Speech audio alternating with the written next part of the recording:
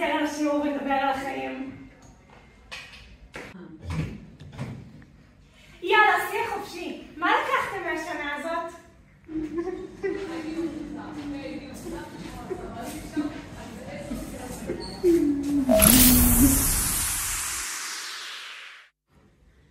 ומה אם הוא רק מתאמן לדרמה של חוג תיאטרון? זה דמעות או רוק? כל כך עצוב. עברה עליו שנה כזאת לא פשוטה. וואי, למה שוב אני? למה? איפה המורה התורן? יואו, זה ממש הזדמנות להקשיב באמת. עופר הוריד לי 5 נקודות במבחן. הלו! אפשר לשירותים? אפשר לשירותים? אפשר לשירותים? אני לא יכולה, אני לא יכולה. אני לא יכולה.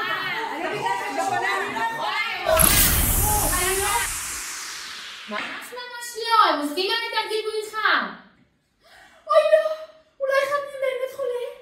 מה יש להם עם השירותים האלה? אולי ניתן להם לצאת ואז יהיה פה שקט? עצוב. לא מצליח להגיע אליי באמת.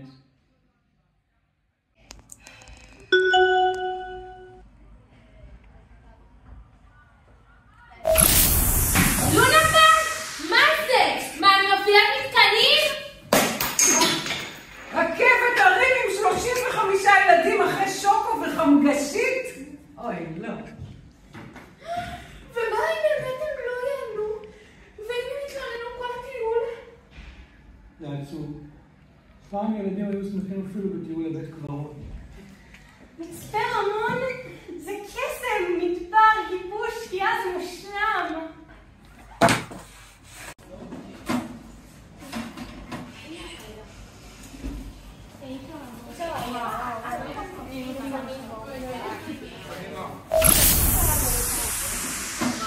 וואי, יש לי פה אוכל של חתול במיקרו שלי, וואי! זה טונה חמה! ב8 בבוקר. אוי, ומה אם עכשיו זה יתפשט לכל הקומה? זה כמו נשק ביולוגי! זה עצוב. גם ילדים היו פשוט מביאים סנדוויץ' עם שוקולד. אולי ננצל את זה שיעור על חיידקים ומחלות מעיים. אני לא יודעת, דג חריף עם שום, הבאתי מהבית. יכולתי לעבוד כל כך הרבה עבודות. שלום לכם חמודים וחמודות, הכנתי לכם מבחן נפלא כמו שאתם אוהבים, ממש ממש קשה כי אתם מאתגר אתכם. וזה ריגש אותי, 8 חודשים הכנתי אותו, אז אתם מתארים את זה בשיא הכבוד. טכניקה אלגבראית, עם משפט אלס ופוליטיסוס. סליחה, לא עליתי! לא, ולא למדתי מספיק, ואני קשה, ויש לי פיפי.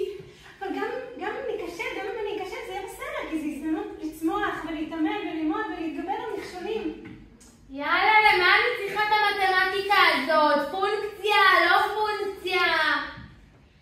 והמורה פי, איזה מצחינה, אי אפשר לעמוד לידה. זה עצוב. הפכו את המתמטיקה לדבר הכי חשוב.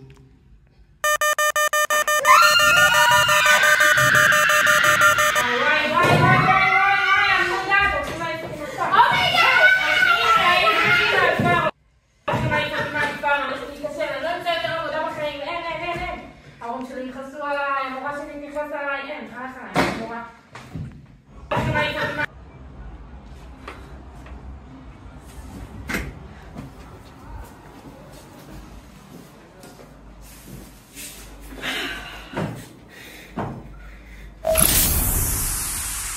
אוי, ומה בשנה הבאה?